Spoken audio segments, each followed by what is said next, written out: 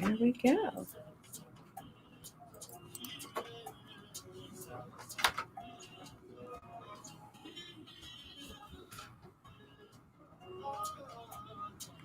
Drink out the way. Hey, you guys.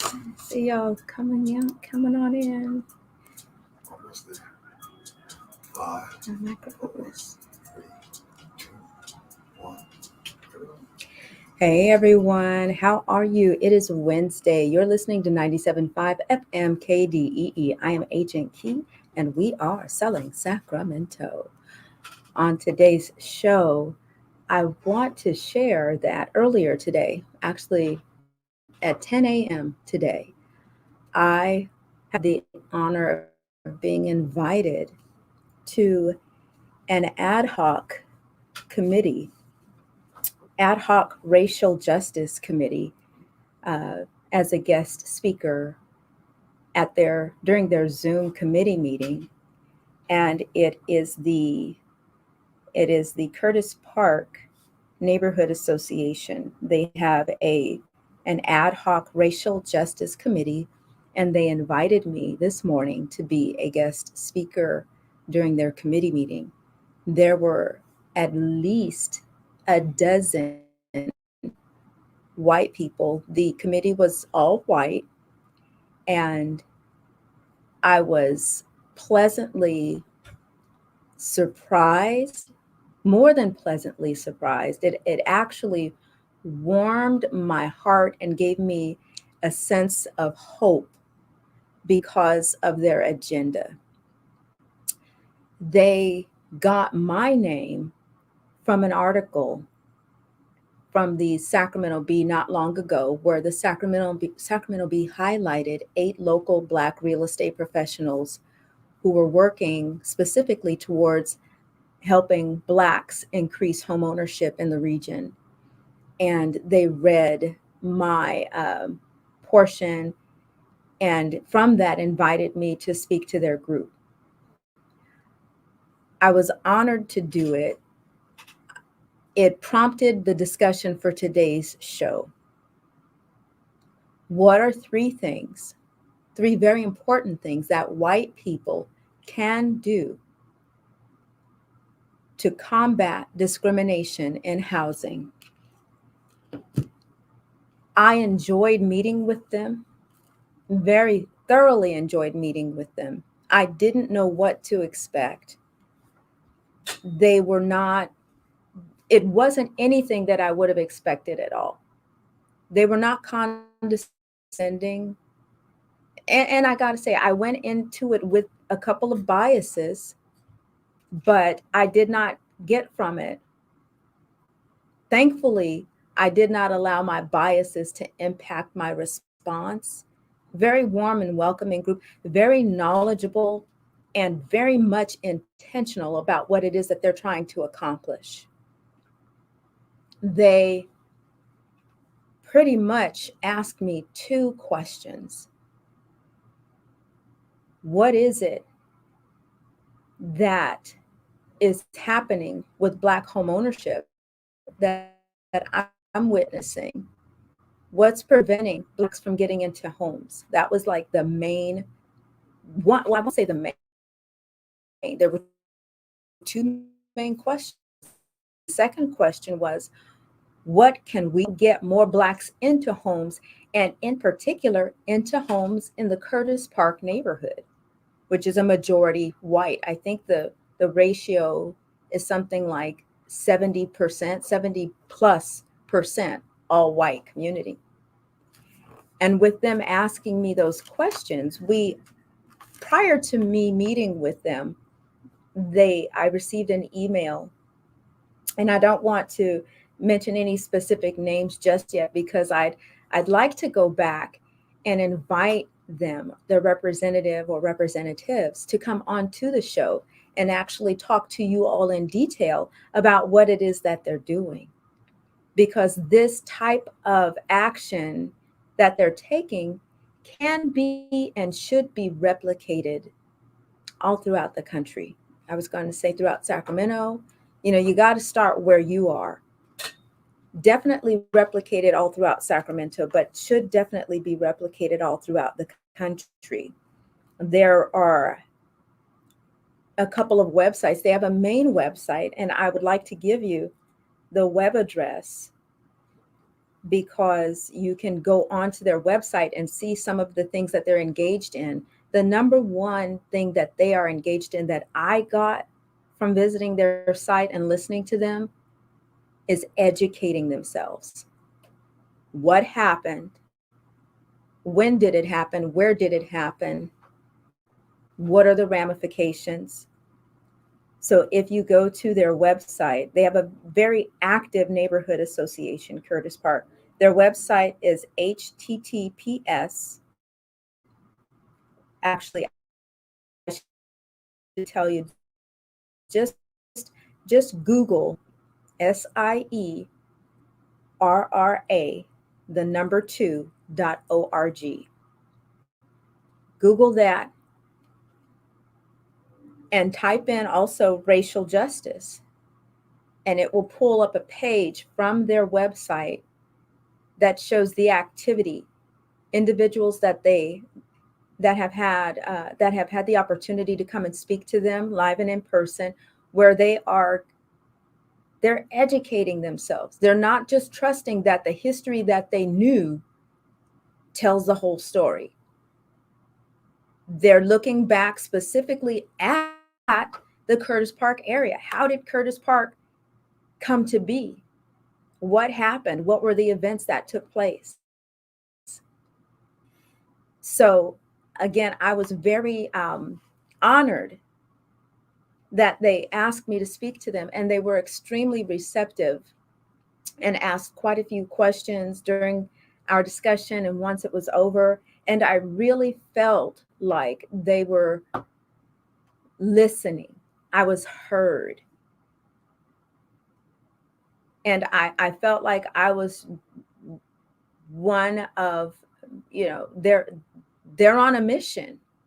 And it was very exciting to see. So today, on today's show, I'm going to share with you all, and I hope that there are uh, our white listeners are tuning in.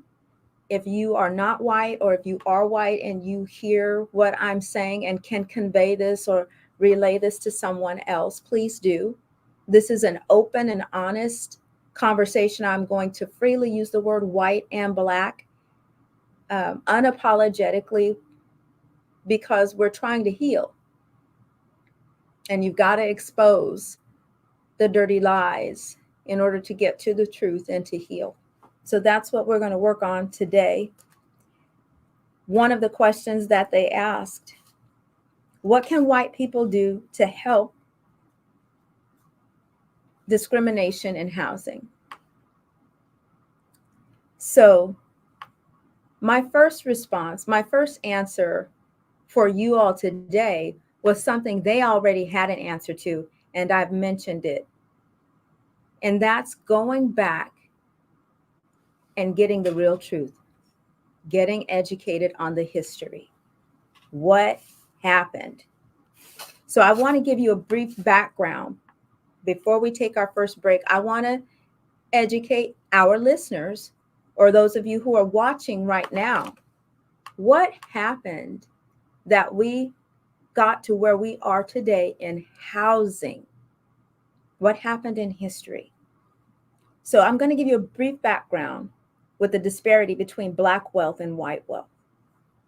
You've all heard of the story of the 40 acres. If you've not heard of it, Google 40 acres. What happened? Because I'm not going to go into all of those details. I'm just going to give you some highlights of moments that got us to where we are. So 40 acres, that period in time was one of the first major attempts for the United States to right a wrong where Black people were concerned, where at the time of trying to grow the country, having land was of the utmost importance. Land was where you grew your crops, you built your house. It was passed on from generation to generation. And we're not talking about an acre or two. People had hundreds of acres of land in family that passed on from hand to hand. And we know historically that it was Black people who worked as slaves that helped build the homes and the lands, the property of white people during that time. And there were some Blacks back then that did have land, but there were other Blacks who were promised land once they were freed that didn't get that land. There was actually a law that was passed, signed off by Lincoln, for the Blacks to receive 40 acres and a mule. And then it was rescinded when the next president took office and they took all of the land back. When you have property, houses, real estate is one of those things that holds one of life's most basic necessities, and that's housing. Whoever owns the real estate owns the right to the ability for another person or persons to have a basic necessity, housing. When that land was taken from them, a basic necessity was also taken from them. Fast forward 100 years later. Actually, let's go specifically to the date.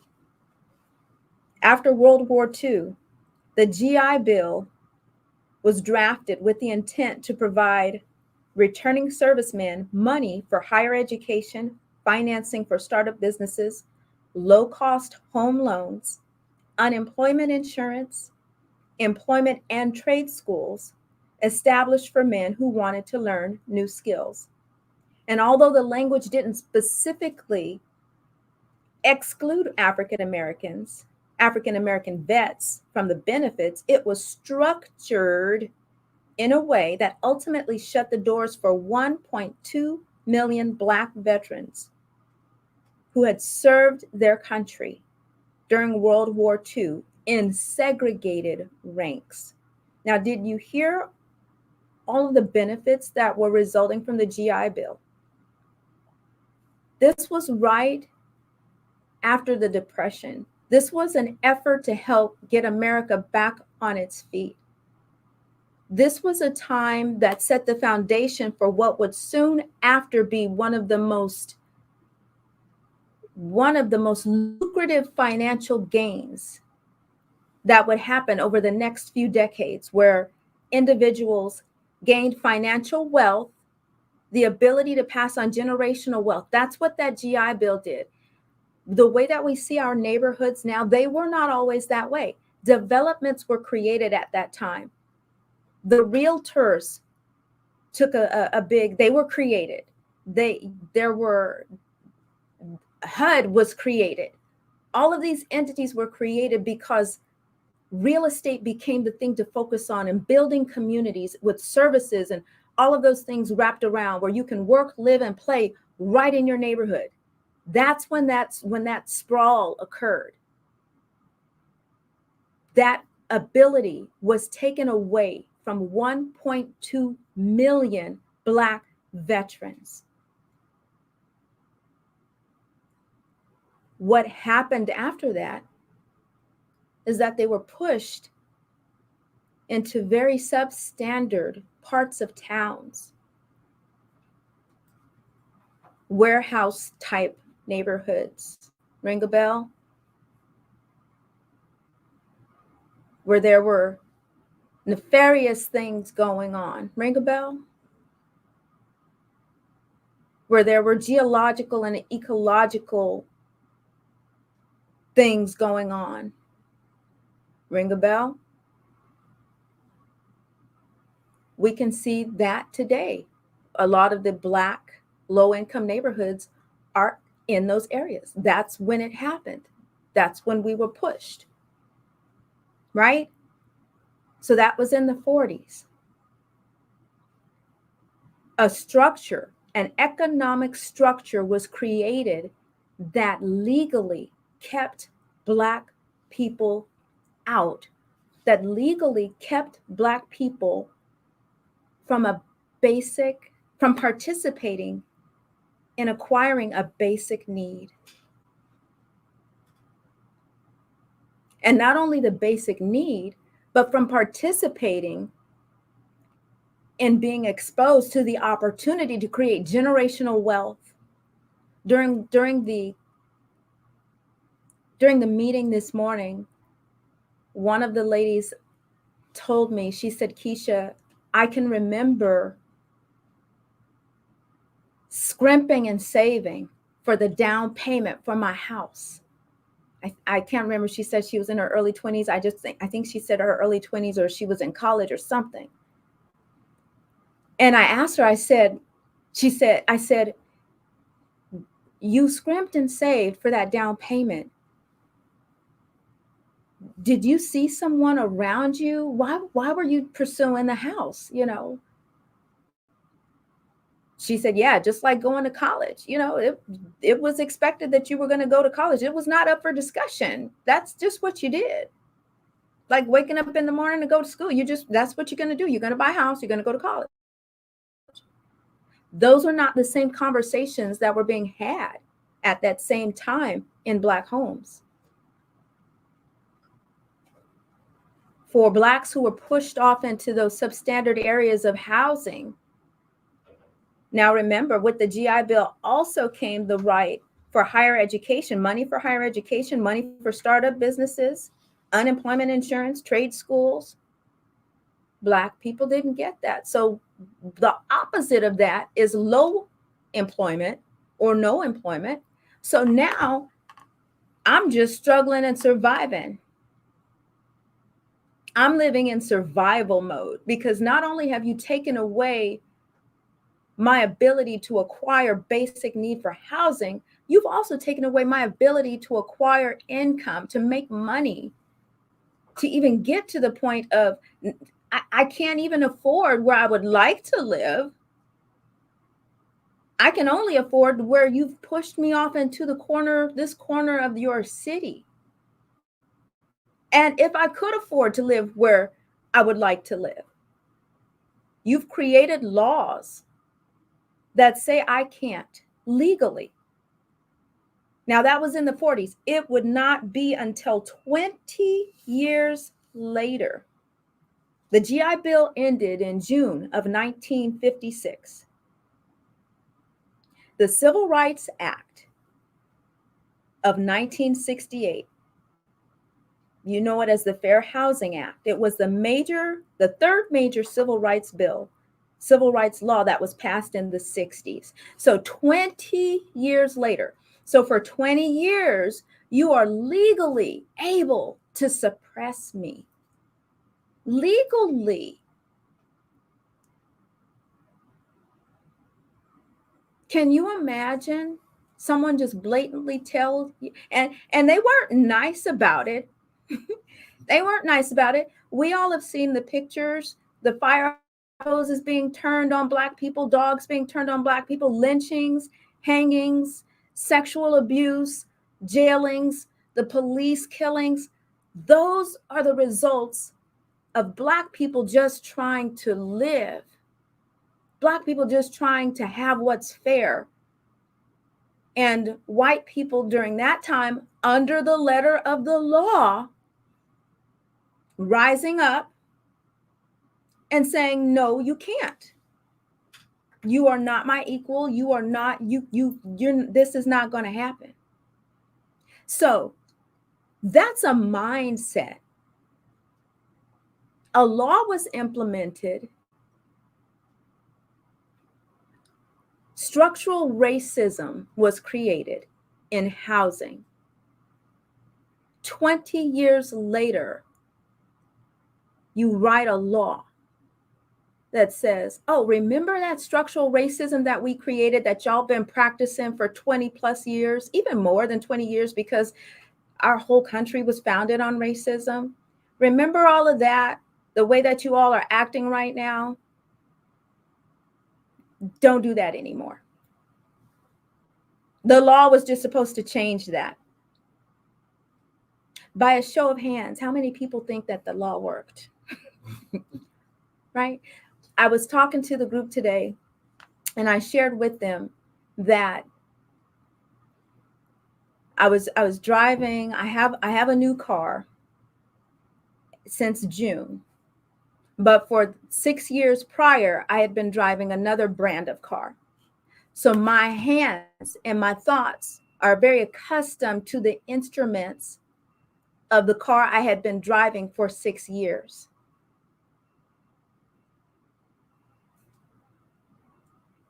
I'm driving down the street in this new car and it starts to rain. This is the first time that I now have to go for the windshield wipers. Guess where the windshield wipers are not, and guess where my gears are? The gears on the new car are located right in the same area where my windshield wipers were in the old car. So I'm going 40 miles an hour down the road, and all of a sudden I put myself into neutral, didn't even realize it, and I had to pull over because I'm thinking I'm hitting the windshield wiper. But I had been trained for 6 years to respond and behave like that. It was just in me. I wasn't even thinking. It was just in me. Hello? For 6 years. What do you think happens to someone who's been trained for 20 years to think and behave a certain way? What do you think happens to the person who's been trained for 200 years to think and behave a certain way? Racism and biases are embedded in all of us. And there is a very hurtful, shameful, disgraceful racial bias embedded in white people. And whether you want to address it or not, it's there. We've got to call it out. It's going to take the effort, just like this group, to say, we realize we want to know what can we do. I'm going to take a break, but when I come back, I'm going to give you the other two. So the first one was to know your history. When we come back, I'm going to share with you the other two very important steps white people can take to combat discrimination in housing. You're listening to 97.5 FM KDEE. I'm Agent Key, and we'll be right back. 123. I know. Hey, everybody. Renters Helpline. I see y'all in the house. Yes, it is a topic that's a sensitive one, but it has to be talked about, right? Yeah. Sade, congratulations. That's to be a part of the group this morning. It was. I can't listen or watch this at the same time. Is there a certain way I can listen to the show online or on KDEE website late? Yes, absolutely. So in this link where you're watching the show, in this post where you're watching the show, there should be links on several ways to watch. So you can watch it later or listen to it later on the podcast, or you can come right back to this post and it should take you to a recording. You can go online to a recorded visual. You can go online to YouTube and see past episodes on YouTube or on the Selling Sacramento Facebook page as well. And so all the past episodes are right there. What was that? You want to take a call? Sure. Okay. Are they there? Oh, this is the music coming through. No, you don't. No, this is music. Just talk to them. Hi, 97.5. Yes, it is. I'm hearing the music over.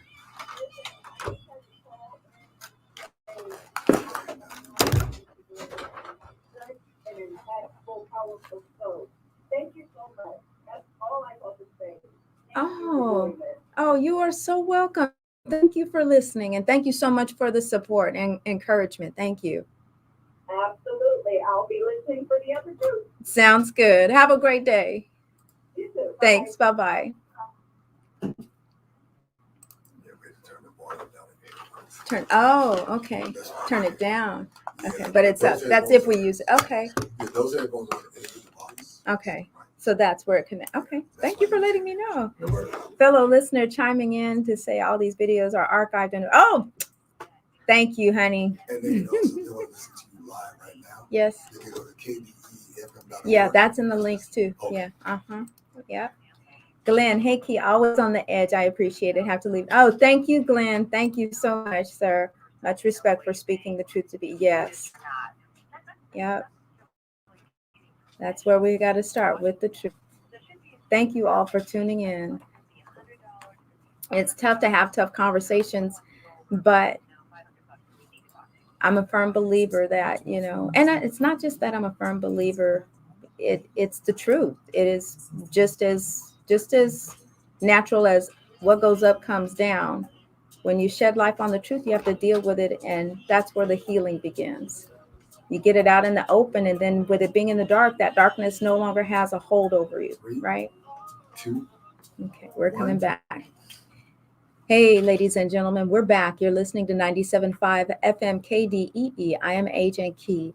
And on today's show, we are talking about 3 very important steps white people can take to help combat discrimination in housing. And before we went on the break, the first one was to know the history, to look back and see what happened, what got us to where we are today.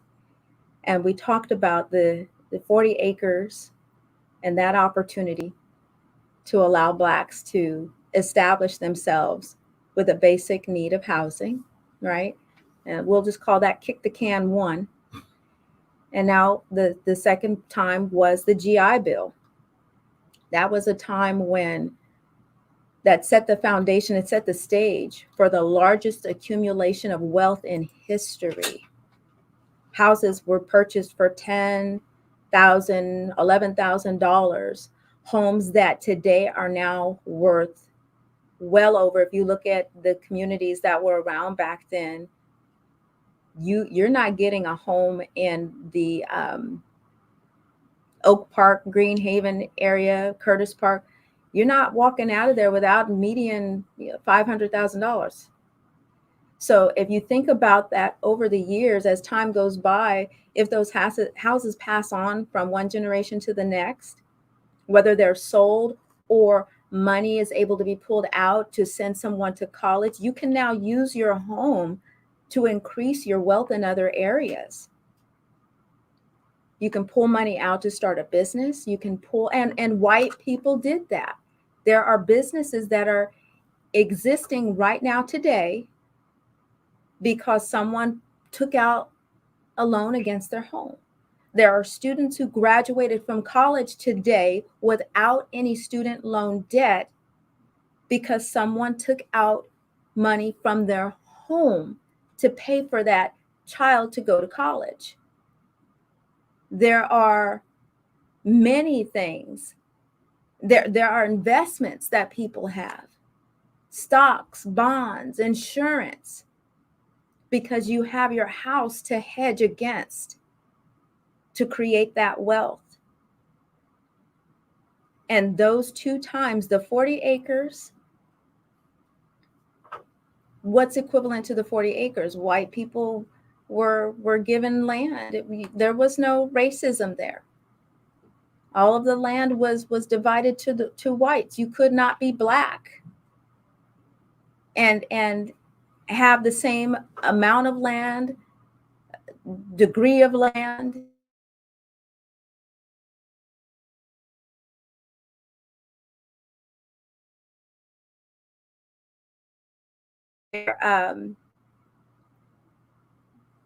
The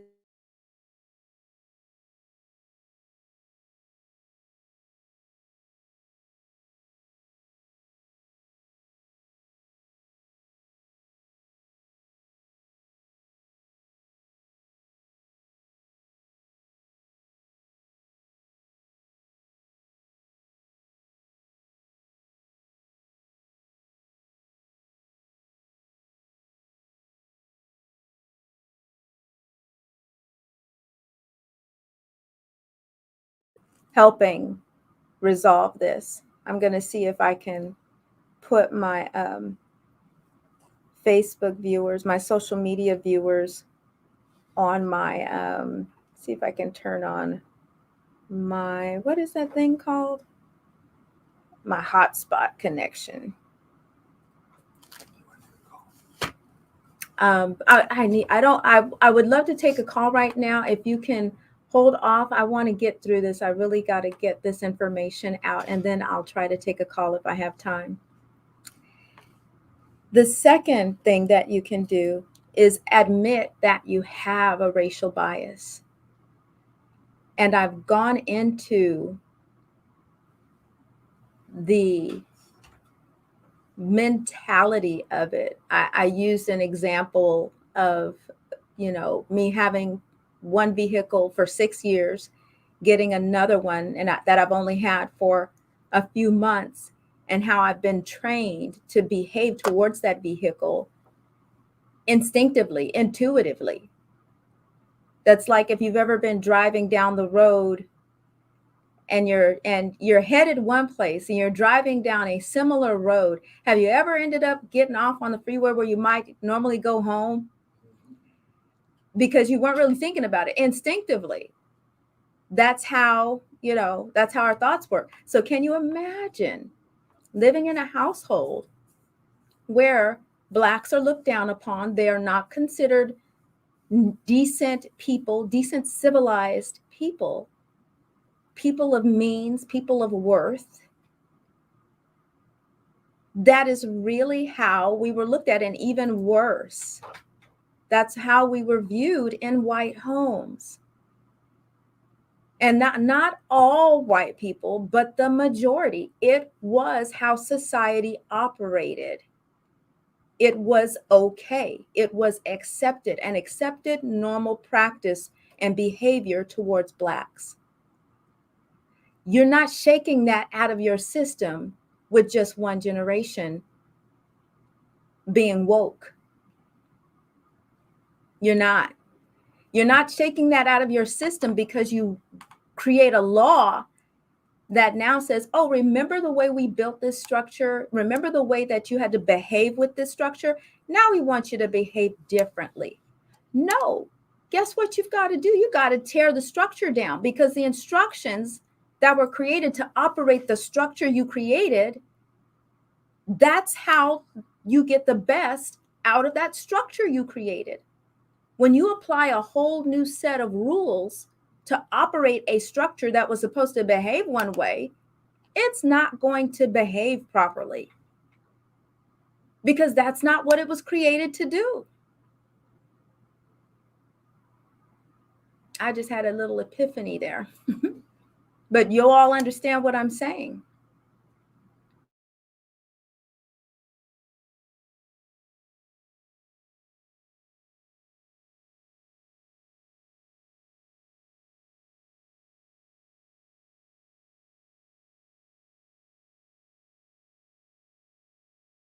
Still in place. Let me say that again. Structural racism is going against the new behaviors that we're trying to impose on it. Equality, being fair, equal rights, democracy in housing.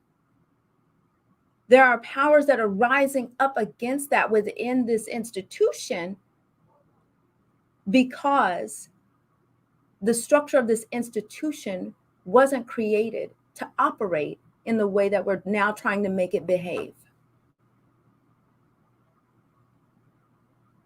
The answer is to tear that structure down and create a new one. But that structure is the foundation of our economy. And so there are people that don't like the talk of that at all. Everything they have and know is embedded in that. They can't even wrap their mind around that thought.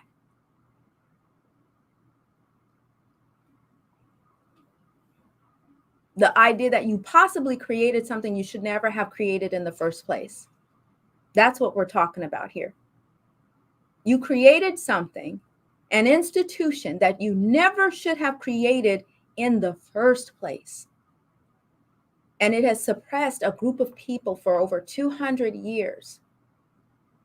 And you expect that group of people to just get up and plug into this institution and be okay. But the institution wasn't created for them to be okay, and so they're not. So you've got to admit that you have racial biases, and I do too. I do too, especially as a result of living in this world, living in this society that we've created. Like I said, I walked into that meeting with all of them this morning on Zoom, not physically walked in, but on Zoom, in that meeting, anticipating that they were going to be,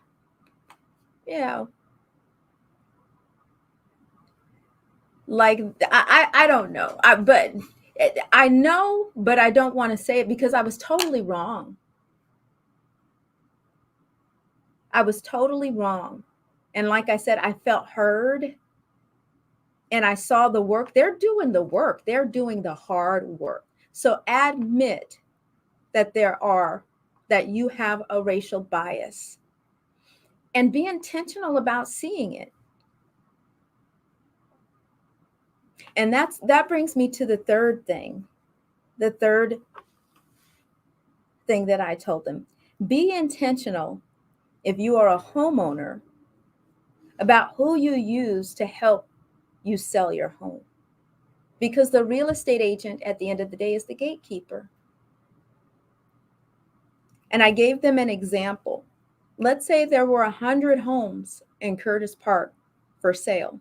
No, 100 homes owned by 100 people in Curtis Park. Of those 100 homes, let's say 90 of them were white homeowners. 1,000 buyers out there looking for a house to buy. What are the odds that one of those homes in Curtis Park, based on all of the information we just provided, are going to be, what are the odds that a Black home buyer will have their offer accepted by a white homeowner in Curtis Park based on the information we just provided? Apparently 3 to 7, because we just said like 70%. Is that right? Am I saying that stat right? 3 and 10, 70 something percent of the makeup of Curtis Park is white. There are barriers that further narrow that number. Let's say 1,000 Black people were trying to buy a home.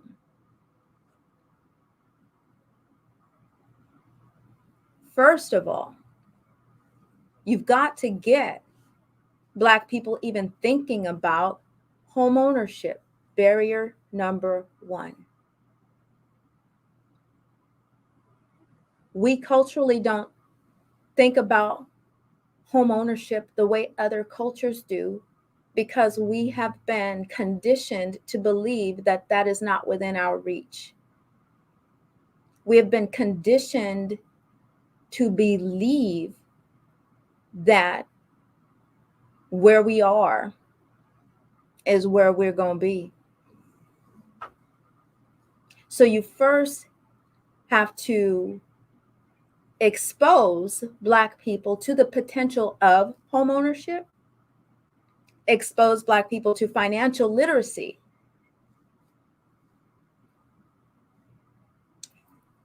help them where they are, whatever condition they're currently in. Because in order to get to home ownership, you've got to have good credit. You've got to have money for a down payment and closing costs. You got to have a basic understanding of how all of that works. And it'd be nice to see other people that look like you accomplish the goal that you're trying to attain. So now you've got to expose this group of people to the possibility that this really can be for you. You can do this. Show me your cards. Show me your hands. Where are you now? What does your financial situation look like? And where do you need to be?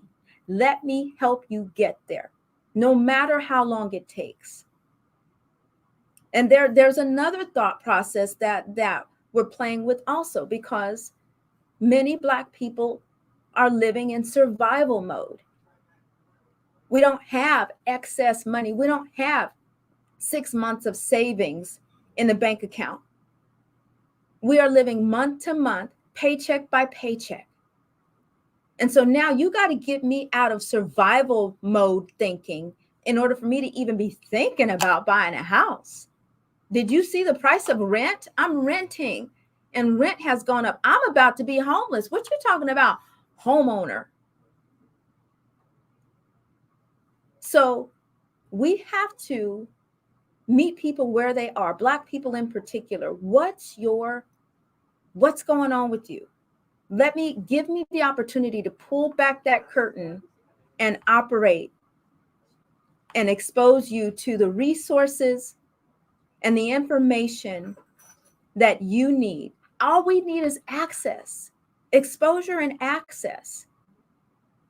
And then we have the willingness to do the work. Then you can say, if you expose me to the resources and you give me the access and I don't do it, then you can tell me I didn't pull myself up by my bootstraps. But if you limit me from even getting into the game, I can't even come into the arena. What are you talking about? I didn't pull myself up by my own bootstraps. I can't get in there.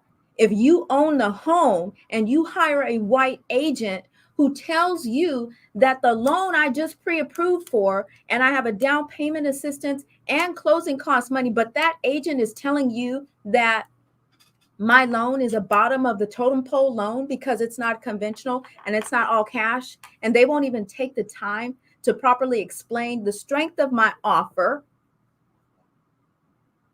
They won't even take the time to explain the strength of an FHA offer because they themselves don't have the information to properly convey to the seller that this would be a good offer. Why am I going there about FHA offers?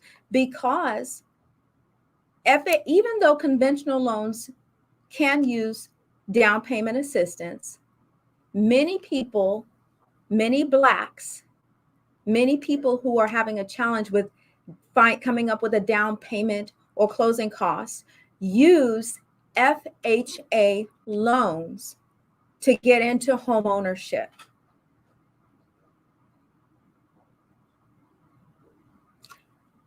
What people don't think about is the real estate agent on the other side. And I've seen it and I've shared it with you all before. I've seen it in these Facebook groups, these conversations where these real estate agents who are white are on the super defensive when someone posts and says something about, oh, this county just gave $22,000 in down payment assistance to people whose incomes are, less than $80,000. And then the hatred just starts spewing. Oh, isn't that reverse discrimination? Isn't that reverse racism? I wish somebody would give me $22,000. But what did we just talk about? The history. Know your history. Know your history before you get angry. Why is this money being given to targeting this particular group? And notice they're not saying we're giving money to Blacks. They're giving money to a specific economic class because why? Racism is structural. It is embedded in our economy. So if you aim for those who are in the lower income bracket, you're hitting Black people because that's how the system structured it. You're going to get some white people because, hey, the rain falls on the just and the unjust. And you're going to see some Black people with some success. But it's targeted towards specific ethnic groups. That's the way the system is built. So in these chats, you have agents upset, white agents upset, spewing hatred and being, they believe that they are rightly angry. They are justified in their anger. And it hurts my heart because I know agents like that, and they don't want to be racist, but they don't see how they are. And it's just because they lack the information that they need to help them assess the situation from a better view. If they had the information that they needed to assess it from a better view, then they wouldn't make the claims that they're making. We're going to take a break. But when we come back, I'm going to close it out. You're listening to 97.5 FM KDEE. I'm Agent Key, and we'll be right back. Hey! Who are you in here cussing out? Hey, y'all, hold on a second. It's Shalon. How are you? Oh, my God. What are you doing here? He brought me to come. Oh, I thought he was coming in to give us a history moment. Oh, No. No, actually, she. They're taking me around. I'll just take her around this. She said, "That's my girl." So You know, I just say hi. Oh, wait a minute. I said Shalon Tracy. Why did I say Shalon? I didn't even hear. Oh, my gosh. I know Shalon. Yes, There's only one Garcia. girl. Yes. It's only one Shalon. So nice to see you. Now I know why you're here. I'm sorry. You didn't. No worries, man. You met? No. Oh, hi. I'm Tracy Staff. I'm the chair of the Democratic Party. Oh, Sorry. it's a great pleasure to meet you. Yeah. Did we see me you guys around? must be playing Because I'm- music low. So I'm also starting Yeah. my new business, and I want to sell my house. Okay. We got to catch up.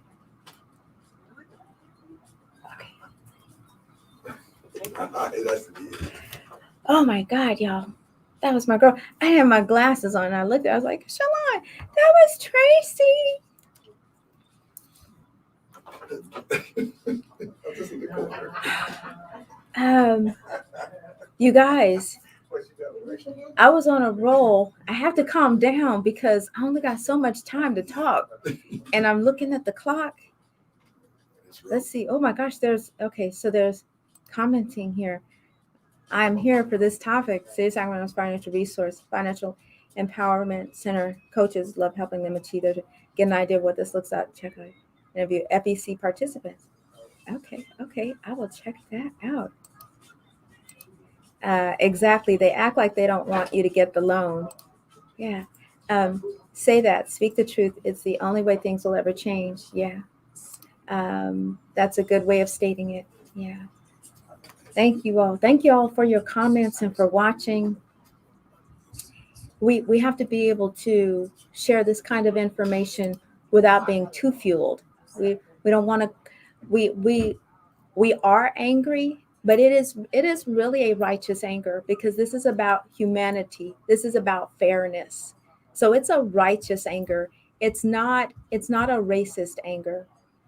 I believe that God made me Black for this time. If I were white and I were doing this, if I were white, I'd probably still be doing this. And y'all be like, what's that white girl doing? Talking about black issues. I'd be like that committee that I was in today.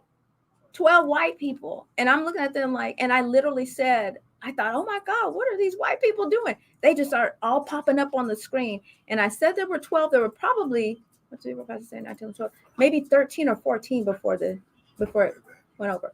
Oh, commercial break is almost over, y'all. 5, 4, 3, 2, 1. Hey everyone, we're back. You're listening to 97.5 FM KDEE. I am Agent Key, and we've got just a few minutes before we got to wrap up the show. But I want to close out with the third one. The first one, of course, was know your history. Go back and learn the history. The second one was admit that you have a racial bias. And I can say that because, number one, we all do. But number two, there is a definitive history of conditioning, racial discrimination, conditioning with white people for over 200 years in the United States. And if you are white and you say you don't have any biases, you're lying. And I don't mean that in a mean or cruel way. We have to admit the truth. There's no way you are going to come from a generation of racism and not have any biases. It ain't gonna happen. You've probably, if you've been so what's the word I want to say, blessed to be in a situation where your parents weren't racist and they exposed you to Black people and you had different cultural experiences and different exposures, you are probably a lot more sensitive to the needs of Blacks. There's levels to this mess, y'all. All of us, we all have biases. And we all have to admit and deal with them and be intentional about dealing with them when they pop up. I find myself saying and doing and responding in different ways, not just to white people, but to Black people. I think I told you guys before, I was sitting in my car, a Black guy walked by and I kind of tensed up. They got us scared of each other. But at that moment, I realized I tensed up because a Black man walked by. He come by and gets into an Audi, 2021 Audi, and not to say that because he got into a type of car that makes him, harmless, but we misjudge people often. And white people have been taught to misjudge Black people, period. And unless you've had someone intentionally in your life telling you that it is wrong to judge Black people, then you have biases.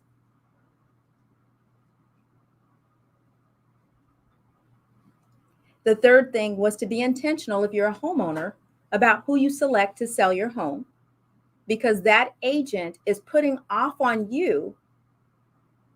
They're setting expectations. They're either setting you up to decline certain offers, which might be from Black people. They're setting you up. They're setting you up to accept an offer that they have decided in their mind would be best for you. So that is going to be based on any biases they might have or may not have, not only against the name of the person whose name is on the offer.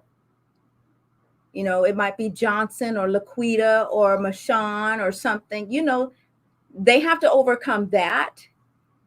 Are you looking at that offer from a fair perspective when you're relaying the contents of the offer to your seller? They're looking at the loan type. If it's conventional, if it's cash, if it's FHA. If it's FHA, chances are that's where you're going to find a large amount of Black buyers.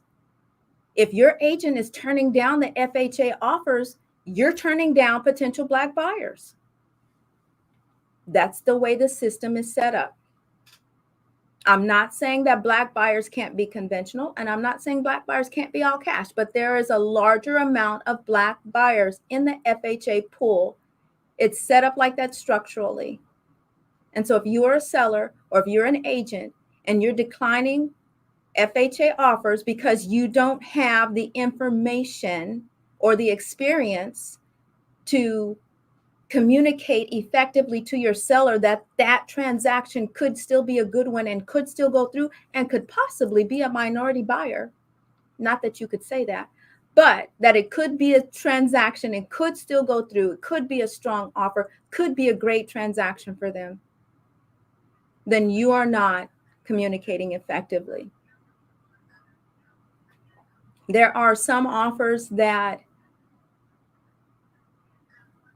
work best for your client based on what their needs are, but every other offer should be looked at in a more fair way if your intention is to help combat discrimination in housing. If your intention is to help combat that, you want to give more credence to FHA offers. And if you don't feel comfortable giving that credence, as a real estate professional, you need to learn more about them. I know there are some agents who say they have bad experience with FHA. A lot of that also has to do with the lender. If a lender gives a pre-approval letter on an FHA, they should have done all of their due diligence, run all the numbers, checked the employment, checked the reserves. And then, so then that's when the onus comes back on us as the Black people who are being suppressed. Make sure if you're looking for a home and you're trying to become a homeowner, get your stuff together. Look into the resources to help you get your stuff together. Just because you've been one way for however many years or somebody has always done it this way doesn't mean that you can't be the one to change things. You can be the one to change things. The resources are out there. The opportunity is available. The time is now. It's 1:56, y'all. I gotta go. My time is up. You're listening to 97.5 FM KDEE. I am Agent Key. Thank you so much for tuning in to today's show. And remember, if you are doing what you were created to do, I will see you at the top. Bye-bye. I heard you cut it off before I said bye-bye. Because you know they don't. I know. You didn't say I'll see you at the top. Thank you, Ange. Thank you, cousin. Yes. Thank you all so much for watching. I ordered some food from Fixins to be ready like at 1:30. I think they just called me and probably asking where I am. So I got to go pick it up. See you guys next time. Bye. Bye.